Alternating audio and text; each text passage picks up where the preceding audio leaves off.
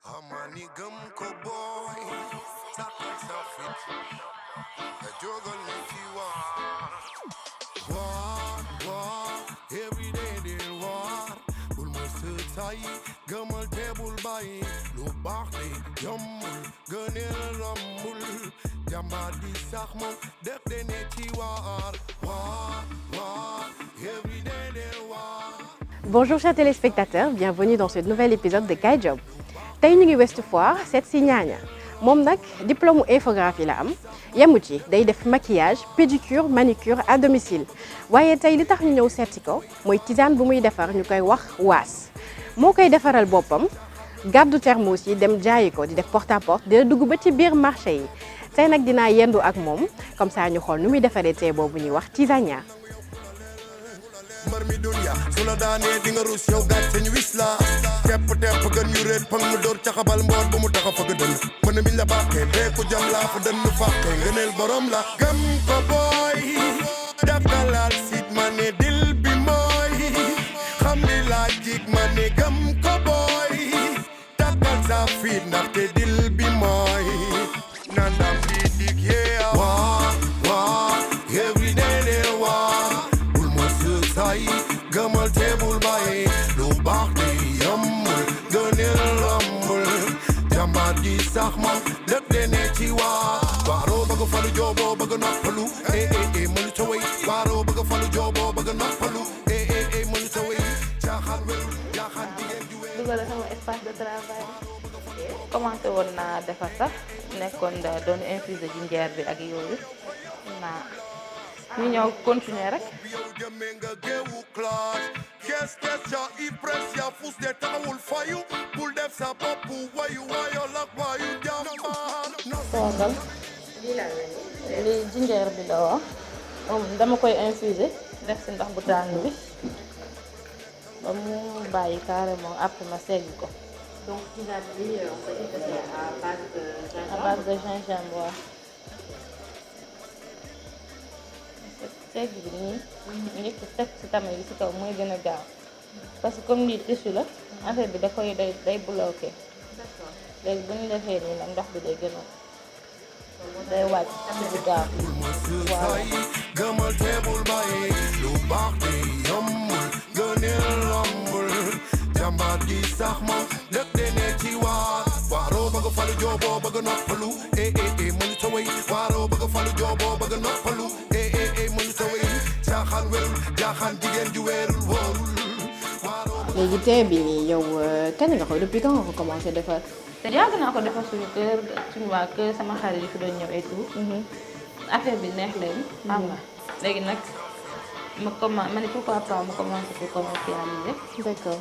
après ci laa commencé ma jël benn 1 mois di defar di maye di joxe ñuy xool ni may jox seen ay impression nga doon def ay test quoi. voilà di testé léegi nag ba ci période gàmmu bi ma dem Kaolack gàmmu ji après ma jënd sama ñaari thermos commencé 3 jours avant gàmmu chaque guddi dama doon dem Médina dem jaayi affaire yi Kaolack gars yi bëgg ko surtout aw say gars yi commencé ko bëgg ñu commencé ko découvrir D'accord. léegi nag ba gàmmu bi passé mu ñëw fi ma ne pourquoi pas ma commencé ko si laa créé defar logo bi sama benn xarit moom ko defar Sidi Talla D'accord. macha allah maa ngi koy nuyu de passage man Kaolack laa juddoo yaroo fa bon sama primaire maa ngi ko defee école bi ñu naan Seck Faye Casamance yi nekk fa laa dëkk voilà léegi sama entrée sixième maa ngi ko amee Guédel Mbodj léegi sama troisième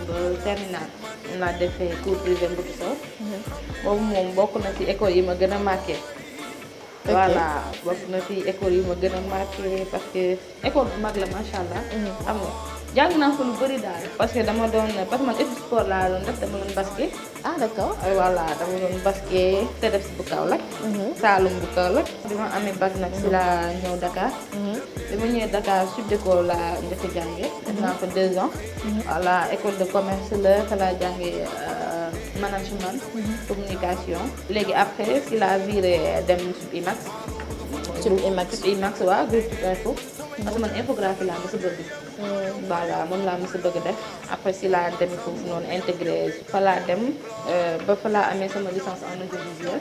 sama première année laa créé sama structure.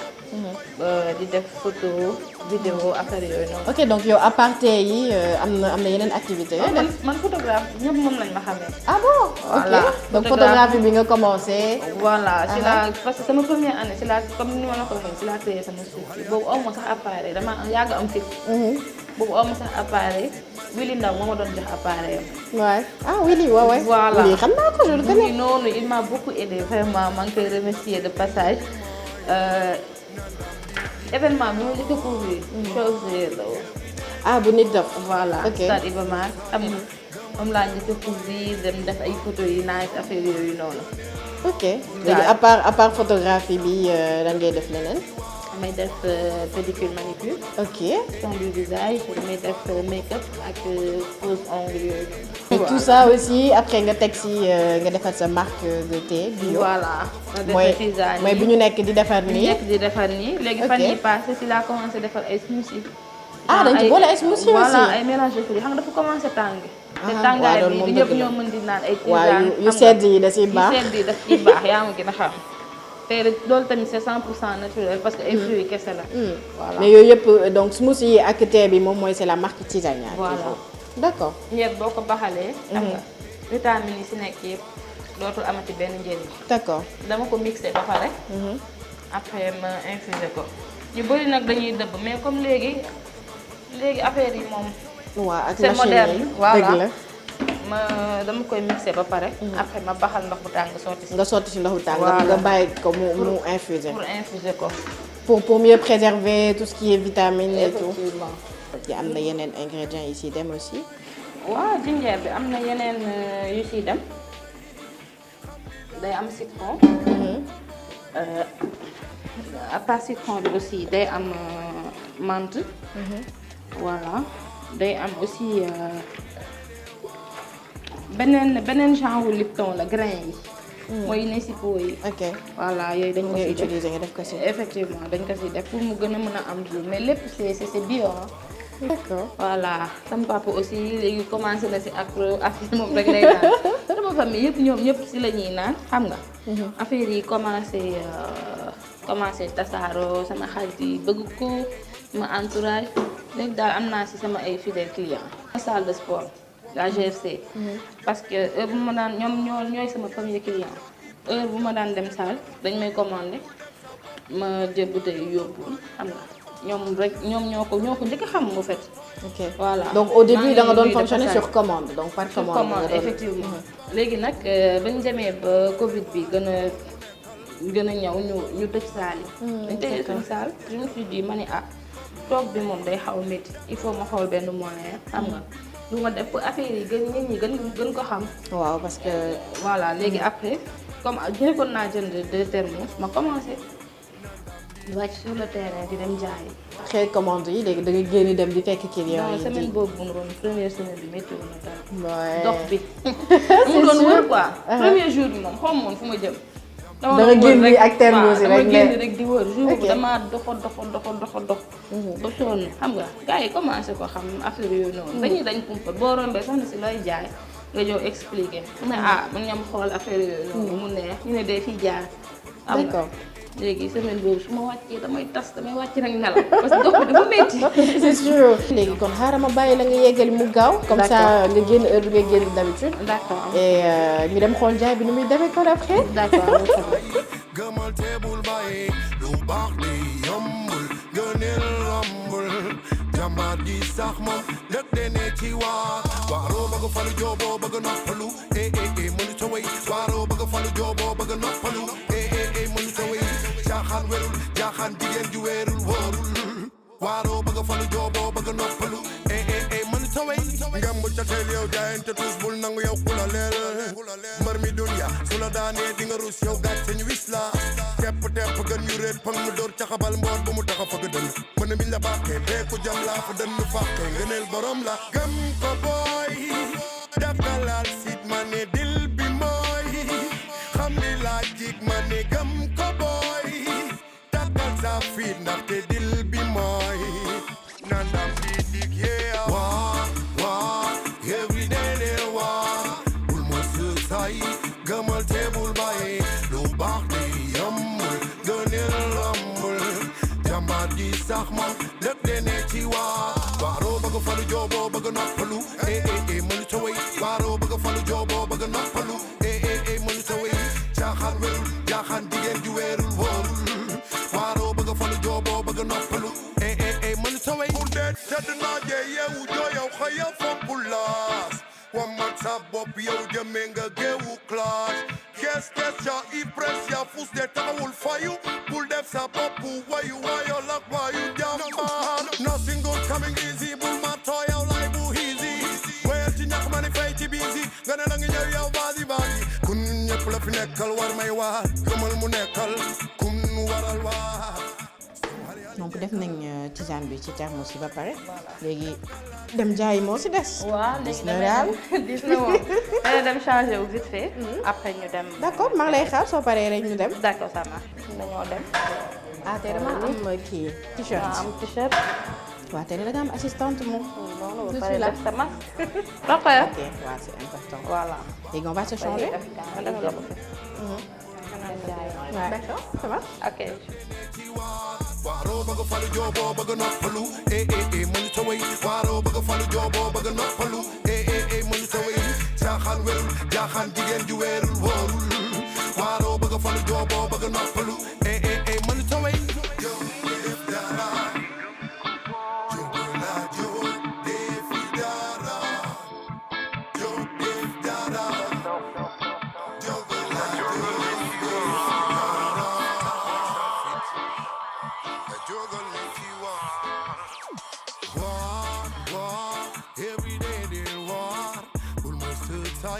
gëmal te bul bàyyi lu baax de yombul gënal lambul jàmbaar di sax moom dëkk de ne ci waar.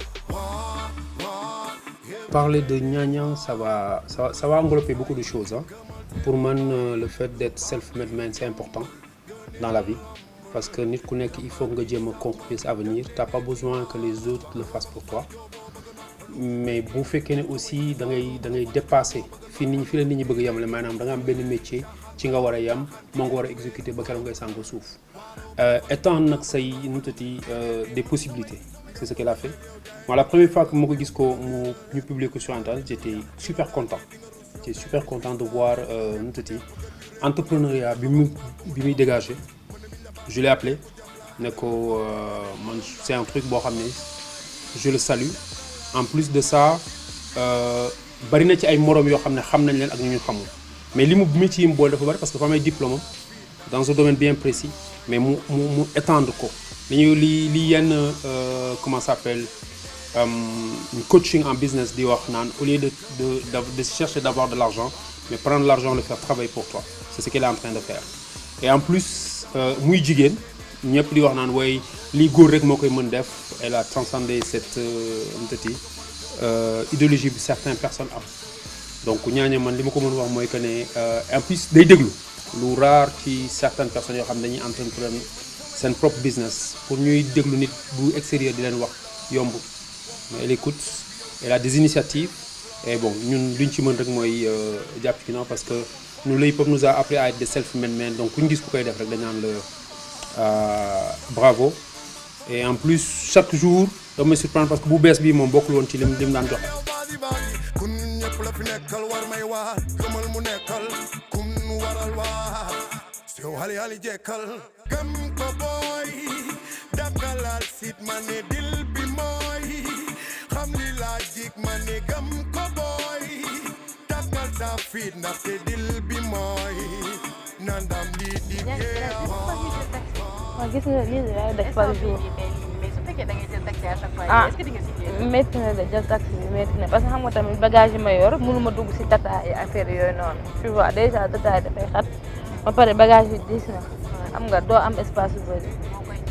voilà mi ngi noonu mais lépp taxi laa jël lépp ci cadre de satisfaire samay clients tu vois comme que xas nañ ko ba taam miin nañ ko mais bon yàlla baax na waaw. voilà ku nekk ak sa heure effectivement mu ngi noonu. di dem ville voilà dem booru Sandaga Sicap Plateau la ñuy dem centre commercial bi ak bu ñu fa jógee ñu dugg biir Sandaga noonu waaw.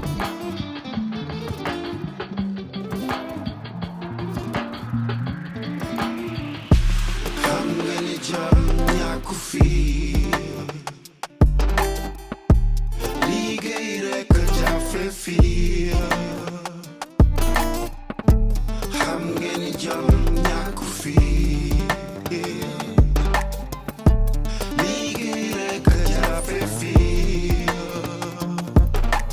dara ji nu metti yeewu bëgg xëy mu të buntu yëpp tëju liggéey amul doy na waar job rek la ndaw réew mi yëpp bëgg tey da nga jëm jafe aw doy na waar hey teral yaaya boy teral xarit teral mbokk teral baaya boy hey teral yaaya boy teral xarit teral man de seen la ko si xaw ma kañ ngeen ma siy jox xaw ma kañ ngeen may jox ci la ko si jo non non jo ci loolu ne ebistalaay char naa la waa gis nga noonu la demee dafa leer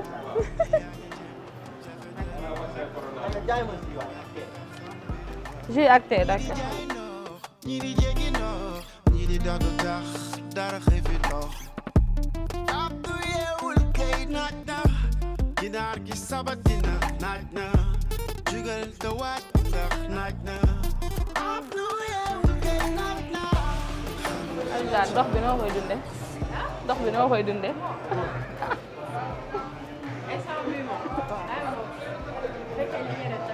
man yooyu la koy dunde salaamaaleykum grand bi jaar naa la lu bees yaa ngi si jàmm ça va salaamaaleykum lii la waa ci loolu yaa ngi cool hardcore bi ñëw waaw dañ a jar caaf beeg hardcore bi xam nga dañuy ànd doo waree sax xam nga ni jom ñàkku fii liggéey rek jafe fii xam nga ni jom ñàkku fii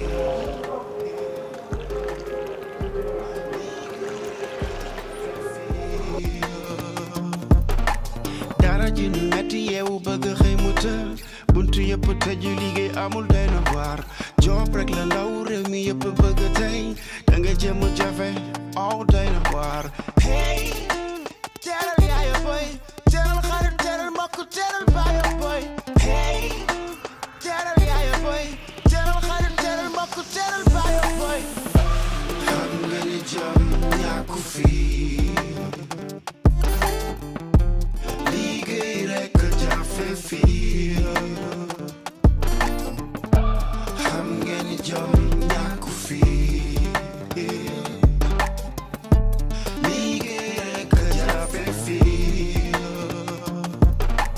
ñu ne yaa ngi jëm bu jafe doy na waar taxul ñoom ñu bay ndax xam li leen war ñi di jaay ndox ñi di jéggi ndox ñi di dox du tax dara xëy fi dox abdu yeewul kay naaj na ginaar gi sabat dina naaj na jugal te waaj ndax naaj na abdu yeewul kay naaj na ñaaña bi ñu duggee ci centre commercial ba léegi yéeg wàcc bi man moom instant bi je n'ai plus de force mais comment tu fais pour di maintenir forme bi waaw parce que dama yàgg def sport rek loolu moo si feeñ te en plus booy def dara boo si amee passion bi rek lu mu métti métti tamit du dalay neex quoi tu vois parce que passion mooy lépp parce que li may def nii dem naa ba mu nekk passion si man dem naa ba accro donc escalier yéeg de wàcc bi métti na mais bon sant yàlla. nga ressentir benn liggéey yombul de toute façon dara yombul donc on s'accroche daal.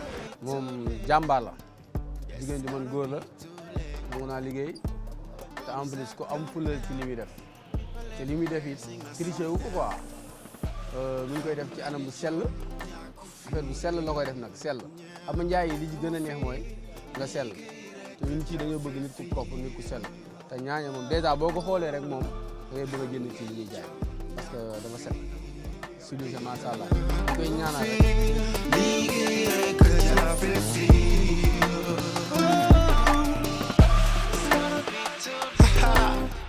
Freestyle on this one. Sénégal, the know your job. Hey. En attendant ma bàyyi leen ak Amina ci minute de l'expert. Merci Khadija tey nag ci seen rubrique minute de l'expert ma indil leen thème bu am solo boo xam ne dama ko nar a débattre ak yéen di duut baaraam ci harcèlement bi nga xam ni la majeure partie du temps ay jigéen ñoo koy subir ku ci mel ni suñu entrepreneur du jour bi ñaaña ci ponk bu njëkk bi le milieu entrepreneurial a tendance à être associé à des stéréotypes du genre plutôt masculin ci loolee compétence su jigéen yu bari ñu ngi koy faral di remettre en cause teg ci bu ñuy faral di saafonteel ak seen ay interlocuteurs ñooñee dañ leen di soofantal maanaam manque de considération totale si manque de considération boobu nag peut en découler des avances à connotation sexuelle des remarques propos extrêmement sexistes le tabou nag mooy que même si le harcèlement est une violation des droits des filles et des femmes la majeure partie du temps les coupables sont les femmes ndax lan mën nañ juger que seen comportement wala seen ay propos dafa déplacé wala tout simplement indécent conséquence bi nag mooy que s'il y a du harcèlement dans un milieu entrepreneurial la femme ou plutôt l'entrepreneur féminin n'a pas tendance à effectuer efficacement son travail loolu mën na entraîner chômage entraîner perte d'emploi mais surtout isolement bu ñu sukkandikoo ci article 319 bis du code pénal sénégalais daan nañ képp kuy harceler wala malmener bépp doomu aadama dans l'exercice de ses fonctions maanaam ci liggéeyam teg ci ces actions peuvent être passibles d'emprisonnement entre 6 mois et 5 ans ma yokkal leen ci mën nañ dem ba fay amende 50 000 ba 500 000 francs CFA yéen ñii nag di harceler ñooñu ne dites surtout pas que je ne vous avais pas prévenu prenez-le pour dit yéen ñi entrepreneur yu jigéen ñi bu leen nangu kenn tuutal leen continuez d'exercer vos fonctions liggéey leen te surtout dénoncez leen ñi nga xam ne ñoo leen di faral di harceler sur ce je vous laisse avec Khadija.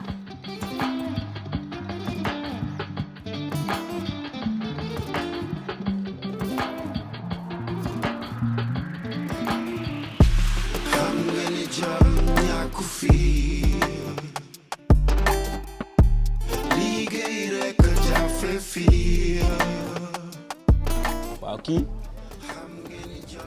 bu doon keneen la sax ñu mën a wax waaye toll na ci man foo xam ne lépp lu muy mënti jaay dama ci jënd lu mu mën a jaay dama ci jënd franchement parler ndax yëg nga koy fay li muy jaay nag benn sell na set te boo ko naanee di nga ciy sentir lu baax ci yaram franchement parler te tamit mu nekk jigéen bu baax te nekk ku neex a jàppale ndax jigéen yombul bu mel nii ak réew mi fi mu toll nii mu wàcc ci terrain bi di daan dooleem kooku ñun waa Sandaga surtout moom nii war nañ see mën a jàpp bu baax a baax a baax ak Seydina Limaamu dama koy ñaanal yàlla mu yegg fa bëgg a yegg. ñaa ngi jóge nañ plateau ñëw fii ba Sandaga recueillir nañ ay témoignages yu bari lan nga xalaat ci témoignage bi nga ko déggee lan la def exactement. waaw bi ma ko déggee vraiment depuis sànq taw yaram bàyyi daw sama bëri yaa ngi daal parce que nit rek nga mën a doon. tu vois am na ñoo xam ne ba ñu xamante yàggul même pas 1 mois am na ñoo xam ne xamante nañ bu yàgg xam nga su ma ñëwee lu ma jaay ñu jënd texte di ma encourager et tout donc ñoom ñoo baax rek ñoom ñoo baax ba di ma waxal li ñu may waxal yëpp ñu ngi si ñoom. te vraiment lii daf may yokk courage di ma yokk motivation day tax ma gën a am jom xam nga gën a defar affaire yi nice waaw gën a góorgóorlu daal vraiment parce que xamatuma sax lan laa war a wax parce que affaire yi daf ma jëlee kaw voilà mi ngi noonu. donc chers téléspectateurs lii lañ leen indi doon tey ci seen émission Kaay Job depuis tout suba ñu ngi woon Ouest Foire Kër Ñaaña ñu wan ni muy préparé tisane yi ak ñaata type de tisane la am raconté ñu parcours am ak ñu ñëw fii ci Sandaga avant boobu ñu ngi woon Blaise Senghor di ñëw jaay client am yi vraiment gis nañ ne affaire bi c'est du sport parce que da ngay dox bi bëgg a dee nekk ci jaay bi lu ne nga dugg ci waaye lii mooy Kaay Job dañuy ñëw rek wan leen lépp loo bëgg nga nekk ci am ci fulla ak fayda mën nga ko def donc c'est tout pour aujourd'hui ensemble kaay leen ñu job.